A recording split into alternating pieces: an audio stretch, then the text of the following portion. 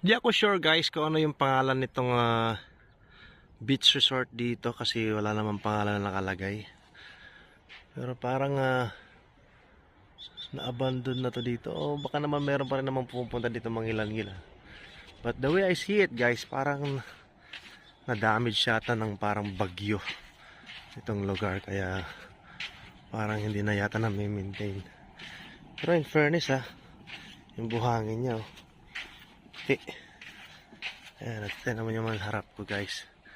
Talaga naman napakahaba ng dalampasigan at yung alon guys, wow, talaga namang sulit yung pamamasyal natin dito guys sa Giwan.